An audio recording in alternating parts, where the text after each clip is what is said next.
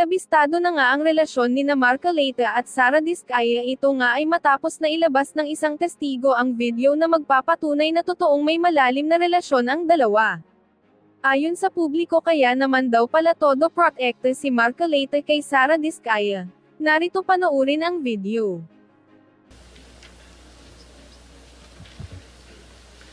Masison ka naman sa akin, Mr. Chair. Pero salamat po sa opportunity makapagtanong sa inyong budget as well as your presentation. Mahirap pong debatihin yung statistics na pinresent ninyo, let's say the rate of disposition of cases, dispute resolution rate, prosecution success rate, correction programs, etc., especially the outcomes and the benefits that it may have rendered society. My initial concern is how we are able to relate all these programs, these outcomes, these achievements for our ordinary people to appreciate, like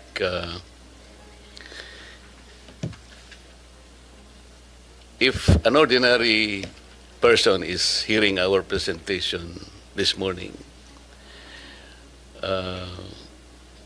baka hindi niya masyadong maintindihan. What are the benefits that it may accrue the society in general? Can I walk at night more peacefully and more confidently today because the Department of Justice has presented several accomplishments that may or may not be understandable to him? Can he smile more openly today? Kasi as compared to the last year or previous years, necessarily you achieve more than the previous years. Paano kaya yun? How can we make our ordinary citizen appreciate all this? Para sa ganon, they can relate to what the DOJ is trying to do. Mahirap naman kasing sabihin na, ito yung nagawa namin, but how can the ordinary Filipino appreciate or even understand sa kanyang pangkaraniwang buhay? Opo, maraming salamat po sa tanong niyo, Senator Dante. Basically, ang Department of Justice po, without talking about the mandates of the particular 10 attached agencies, constituent agencies, meron pong dalawang mandato na malaki ang department, ang kagawaran. Ito po yung isa, yung NPS, yung sa prosecution service, at isa po yung legal services. Dagdag pa po dito yung iba't ibang mandato ng mga batas na itinalaga natin. Kaakibat din po dito yung mga iyakat, yung ibang programs po natin sa OSAEC, OSAM, at yung Witness Protection Program.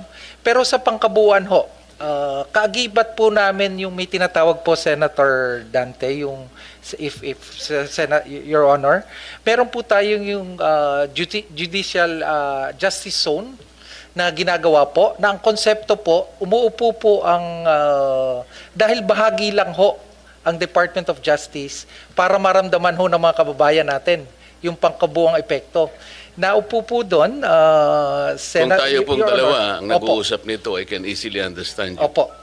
And as one, I will appreciate all of these programs that the DOJ has been struggling to do and have achieved over the years. Ang sinasabi ko, yung ordinaryong tao, you have prosecuted so much, for example, compared to the rest of the prior years.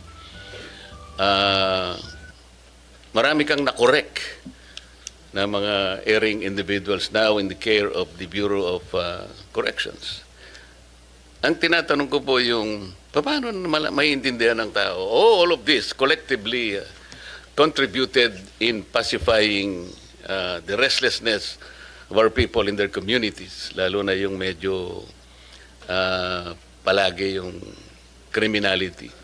So is it possible that we can relate, for example, all this collectively in saying that, oh, ang criminality ngayon po is lower because it is directly correlated with what we have done so far. Yung ganun ba, something that we can tell our people back pag-uwi natin. Kasi maaaring nakikinig sila, but naiintindihan ko po na gusto rin nilang intindihin how much has been achieved over the years. It may not be so meaningful to them. Yung mga, they will purely stand as statistics. Pero yung mas importante sa kanila yung, ano pala tayo ngayon? Mas ganito pala tayo ngayon, ganito. So how can we tell them? Paano natin ipipresent sa kanila in a more meaningful way, understandable to ordinary people? Opo, naunawaan ho namin yung barrier na mas maunawaan ng mga ordinaryong Pilipino. Kaya nga po, patuloy po yung pakikipagkaya. Hindi lamang maunawaan, yung ma-feel nila ang difference. Yung maramdaman po. Kasi, let's say, 2025 ngayon, or sabi niya, mukhang ang tahimik tayo ngayon, ha? Yung maramdaman lang niya na ganun, comparing with what happened in 2024. Opo. Di ba? Huwag nating isama yung mga calamities. Wala naman kayong kinalamanan doon.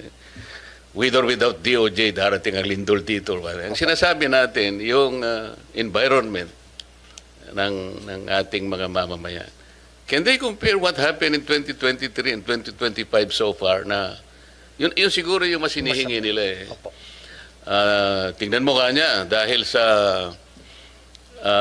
nakakapaglakbay na tayo ng mas maayos ngayon, nakatipid tayo ng ganito, hindi na ako naglalakad, yung tricycle, ganito, yung ganyan. Something that people will easily appreciate.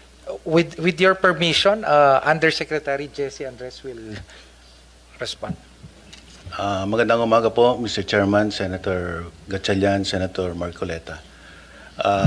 Sa ordinaryo pong mamamayan, ang sa tingin po naming mahalagang pagbabago o reforma na nararamdaman nila ay patungkol po sa karapatang pantao at po sa tinatawag nating court congestion at saka jail congestion.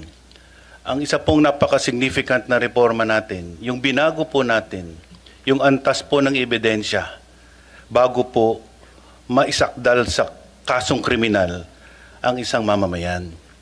Dati-rati po, ang pamantayan po ng pag-file ng kaso sa mga korte ay tinatawag natin probable cause. Medyo mababa pong antas ng ebidensya yon. At ang ating pong maliit na mga mamamayan na hindi po tama ang representasyon ay maaari pong makasuhan at makulong kahit po hindi sapat ang ebidensya. Ayon po sa ating bagong pamantayan na inaprobahan din po ng ating Korte Suprema, ang threshold po of evidence is what we call prima facie evidence with reasonable certainty of conviction. Ibig sabihin po, nasa kamay na po ng law enforcement agents at ng prosecutors ang sapat na ebidensya para masakdal ang isang individual bago po siya simulan ng preliminary investigation at eventually ma-file yung case sa court.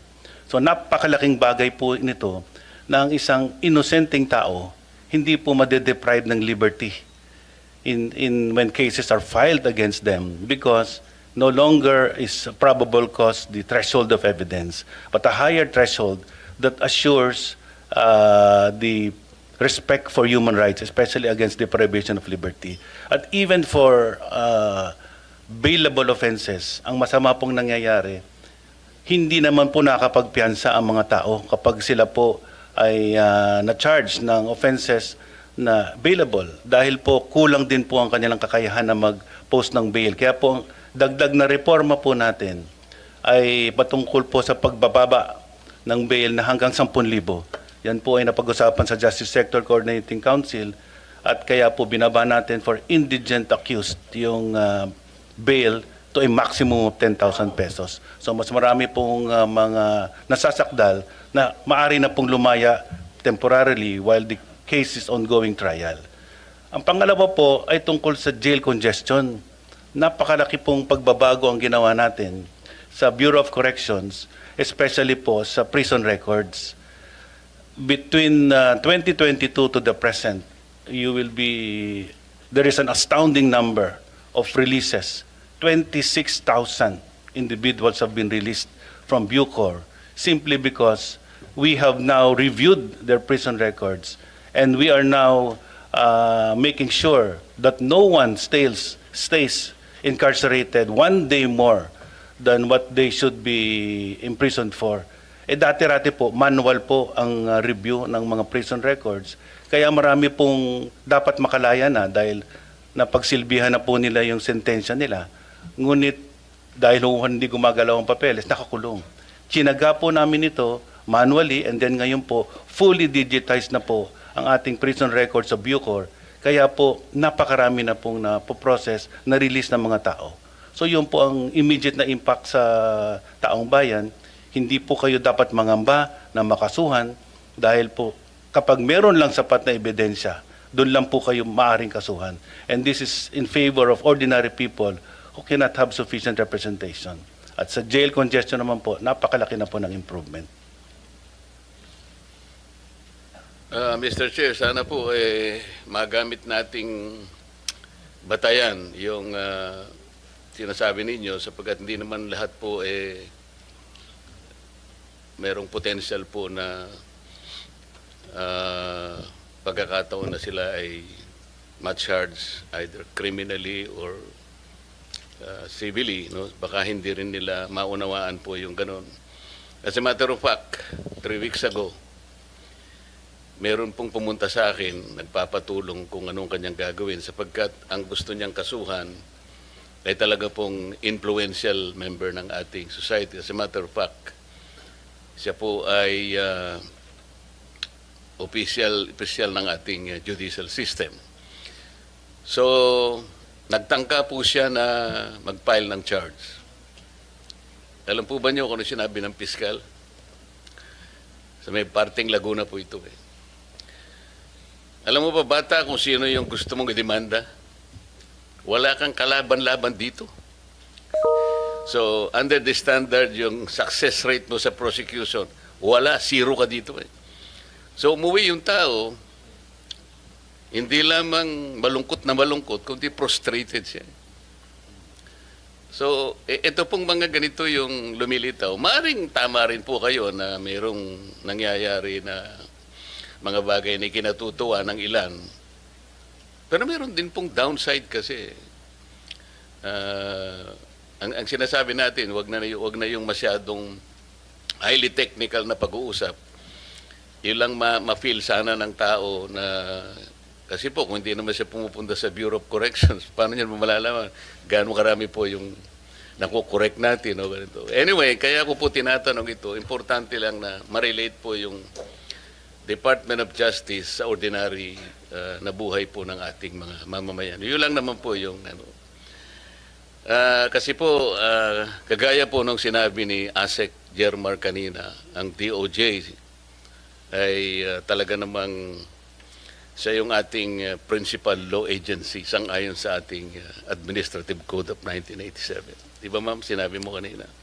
Sa napaka-importante po ng role na ginagampanan po ng DOJ.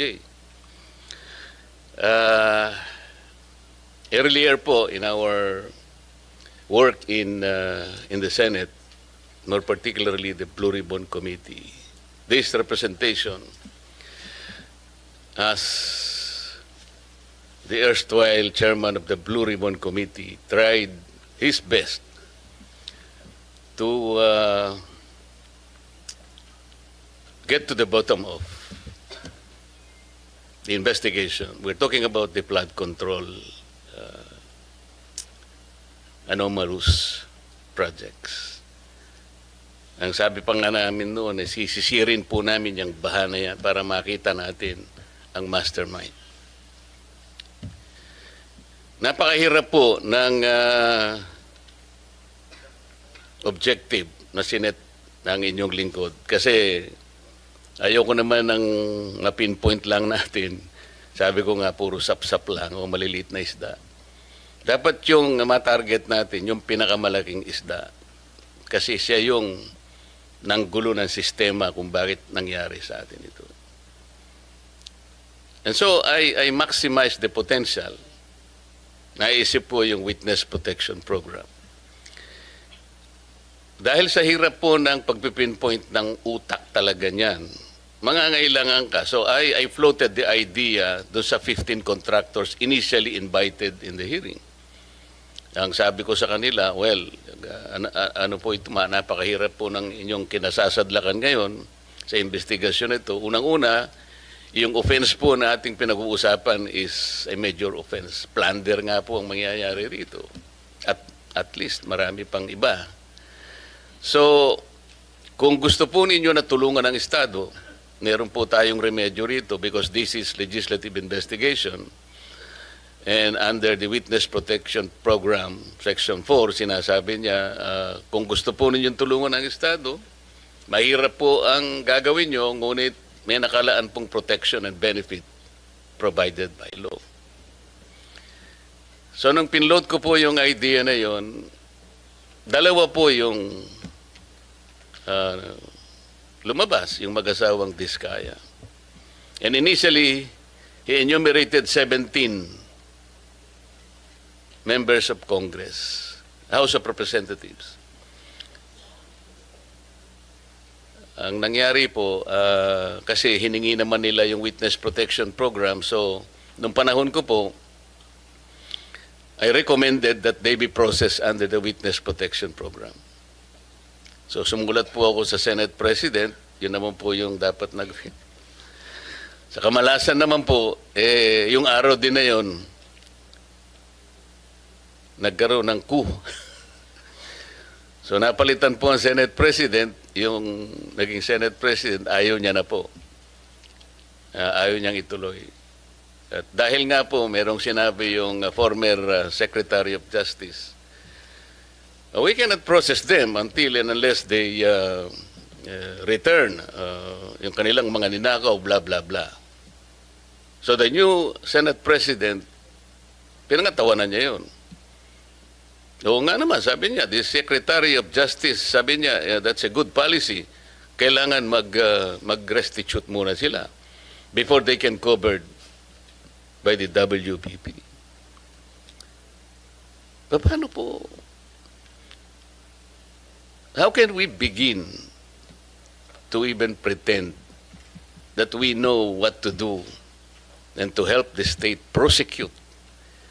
Kung sasabihin na kahit nawala po sa batas, ipipilit halimbawa ng inyong dating secretary na kailangan mag-restitute muna. I told him it is not a requirement under the law. But he insisted in saying, well, yeah, it's not in the law, but we can always agree on something like a good policy for the state. Do you agree with him? I agree with the position of Secretary Boying Rimulya, now the Ombudsman. Basically, it being one of the conditions. When we look at this, Your Honor, no, we're looking at on the ultimate objective. Paano yung Estado mananalo at mapapanagot itong mga to? Wala pa pong tapos sa pagpoproseso ng mga nakasalang na nag-a-apply po ng Witness Protection Program. Kasi kaakibat po sa pag-aaral na to, kasama rin po yung under the Witness Protection Program, kasama rin po sa pag-aaral ng atin pong prosecution team na yung paano kung pwede ba under Rule 119 naman pagpasok po. Marami pong iba't ibang binabalangkas at pinag-aaralan, Your Honor, at itong mga bagay na to, pwede pa pong makapagdagdag. Ipapasa ko ho kay Chief Dong. At ito po ay aming masusing pinag-aralan at ilalahad niyo po yung iba pa pong mga prosesong tinitimbang. Wala pa pong sarado, Senator. Lahat po ay tinitimbang pa. If with the permission of the Senator, hindi, ang ibig kong sabihin, kung ipipilit na merong restitution kahit wala sa batas, so how can you process the application, for example, of the applicant? Kasi kapag tinignan mo yung, I think the applicable section is Section 10. Basahin mo yun, wala namang restitution. So, kung ipipilit natin that somebody should first restitute, doon pa lamang sa title ng batas,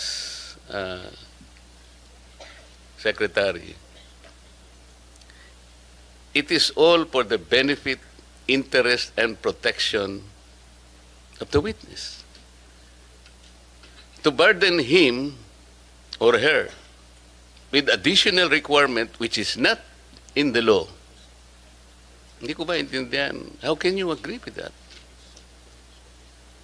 Your Honor, ang tinitingnan po dito ay yung pangkalahatan. No, I'm talking about Opo. the WPP. Opo. What pangkalahatan ang sinasabi ninyo? Ang kailangan po kasi sa dulo nito, manalo po yung Estado laban po. Kaya nga, po but before you do that, Opo. you have to proceed with the process. Yes, opo. So, paano siya mapaprocess? Kung ipipilit po na mag-restitute muna, for example, ano i-restitute niya? How much? Sino magkukompute? How can it be done? Sino ang magsasabi na ganito ang dapat niyang i-restitute? Meron na bang ano? Meron na bang pronouncement? We are in the process of asking their help to identify yung mastermind. Opo. It cannot be done easily. Kaya nga natin ginamit ang batas na to help the state. Ngayon, kung kayo po pala ay mag-prescribe ng isa pang requirement which is not in the law, I cannot believe this. Ito yung dilemma namin eh. Kaya nung pinipilit niya, and ako po nagtataka kung bakit kayo rin nag-agree kayo. So ano po talaga, kayo po yung ano eh. Ang DOJ is the principal law agency. If the principal law agency of this government will not even understand the basic requirements of the law, para lamang magkaroon ng nag-a-apply pa lang yung tao po eh.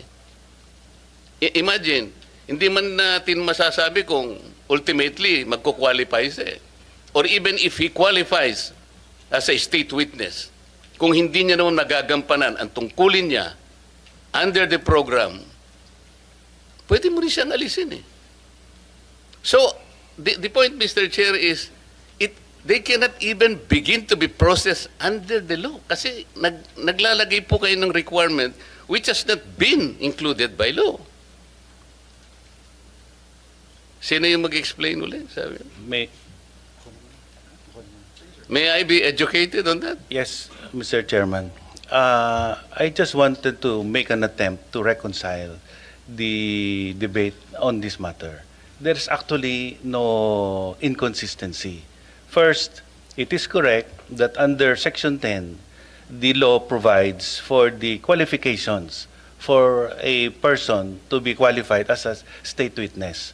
Nandun po yung materiality at absolute necessity ng testimony ng tao, at corroborated po to on its material points by other witnesses, and that he is not the most guilty.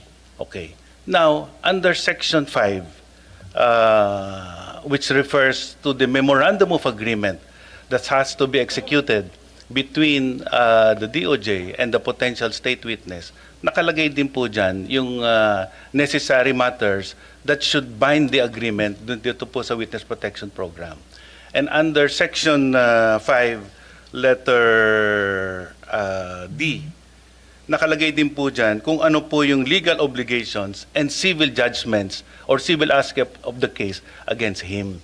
Ang ibig lang pong sabihin niyan, kakausapin naman po siya, maari pong i-process yung application niya, but under the first statement under Section 5, What is specific provision under that law, Section- under that provision? Section 5 po says Ano nga, that basahin mo. before a person is provided protection under this act, he shall first execute a memorandum of agreement Okay? which shall set forth his responsibilities, including the following. Oh, ano So nga? kasama po dun sa mga obligations. Ano nga? Ito po, to comply with legal obligations and civil judgments. So doon sa civil judgments po, this refers po to the civil obligation pertaining to the May crime. civil judgment. No. We are saying legal obligations. Ang basis po ng legal obligations The basis of includes- legal obligation is the law itself. is the law itself, Oh, which walang includes, nakalagay na restitution, bakit mo ikokot yung which includes memorandum? po other provisions of law, including the Civil Code on unjust enrichment. Kasama po yan. Every law should be read consistent and harmoniously Paano mo nga with other i-apply provisions yun, of the even law. the civil code? How can you apply Paano, ano yung i-restitute niya? Alam mo, magkakatalo lang tayo rito eh. Hindi ho. The Let DOJ me is distinguish. in a position to even calculate how much the applicant should restitute before he can be processed under the application. I'm making a distinction po between process and enjoying the benefits under this act.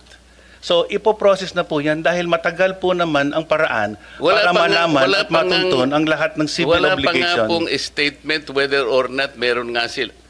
Wala pa tayo eh. Kailangan po natin makuha ang mga statement ng mga potential witnesses.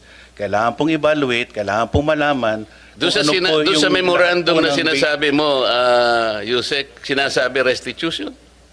Opo, kasama po. Sinasabi dyan? Hindi, ang word po dito ay civil and legal obligations. Understood po na ang legal obligations has many sources. Saan ang Kasama gagaling po- ang obligation? The law does not provide restitution in the first place. That is very simple. Legal obligation po has a Huwag specific kayong definition. mag-imagine ng argument, Yusek. Magtatagal lang tayo rito. This is very simple enough. Apo. Anyway, ang sinasabi ko lang Kapag po, ka ba hindi provided ng batas, magiging reasonabling obligation under the provision you're quoting? we are saying that legal obligations is defined under You the law. you cannot and legal even, obligations you includes cannot unjust use, enrichment. your opinion will even matter here. That's your opinion. Ang pinag-uusapan natin is the requisite of law. Thus, the maxim expressio unius est exclusio alterius ring a bell to you? Alam po natin yun. Ang O anong sinasabi ibig ko po, sabihin nun? ang what is expressed excluded is not included. Kaya nga. So- You are including an opinion which was not expressly enumerated under Section 10 of the law. Hindi. We submit, Your Honor, that a witness can be processed under this program, but he cannot receive any of the benefits as stated in Section 5 unless the matter referring to legal obligations is reduced into writing in a memorandum. So, Yan Mr. po ang Chair, position namin. the opinion of the USEC is trying to supplant the very clear and categorical provision of law. We submit, Your Honor, we're just reading the text of Section 5.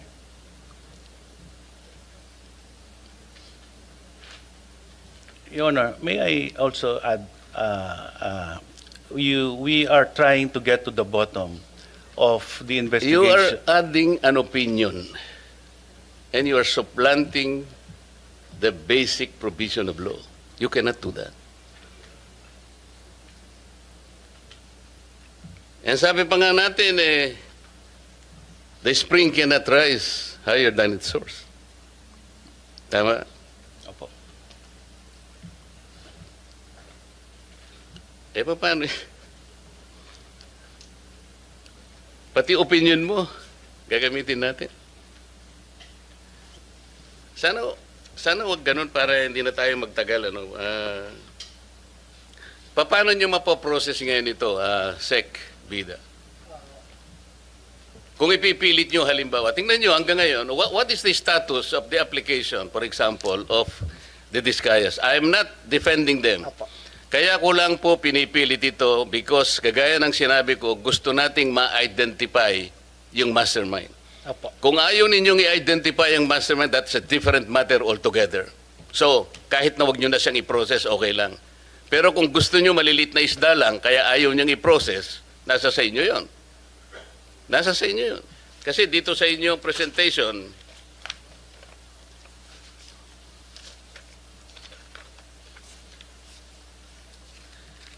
yung Office ng Secretary, yung law enforcement program ninyo, yung percentage of successful prosecution, meaning conviction vis-a-vis acquittal, is 90.14%.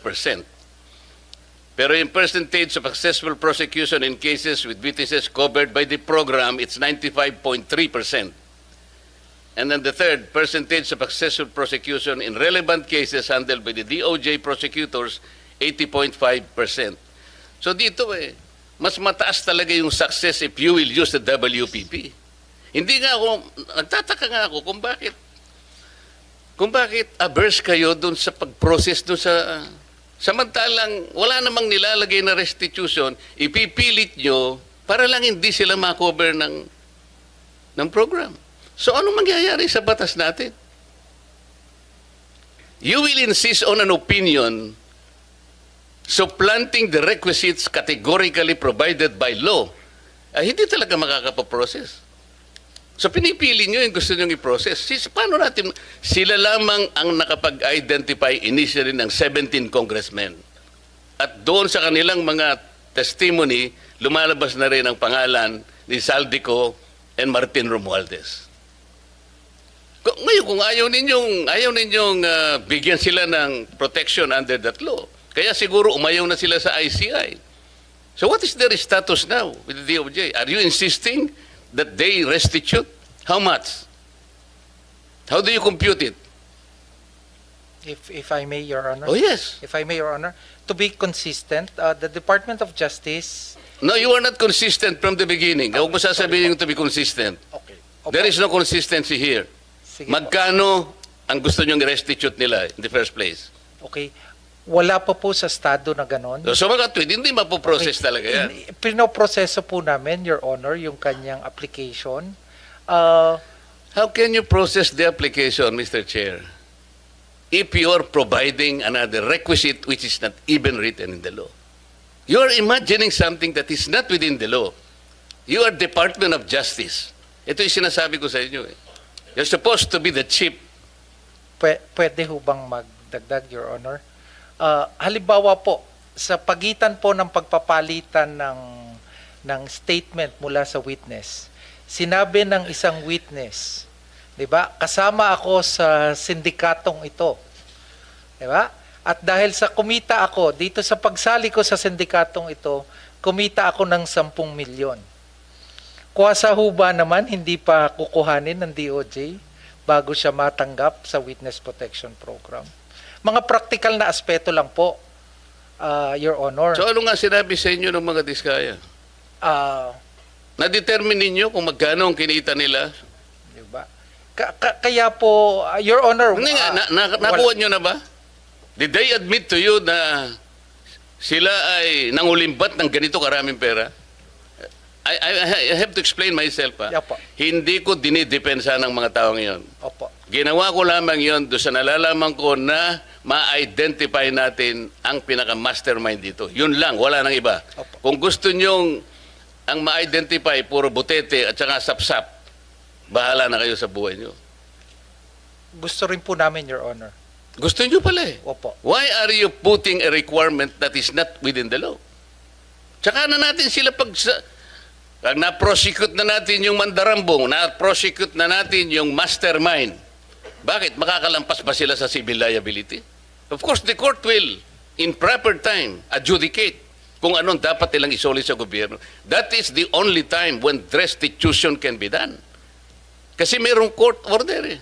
Pero sa ngayon, will you abuse your discretion na kaya niyong gawin ito kahit na wala sa batas? How can the Department of Justice do that? You're supposed to be the embodiment of justice. Mr.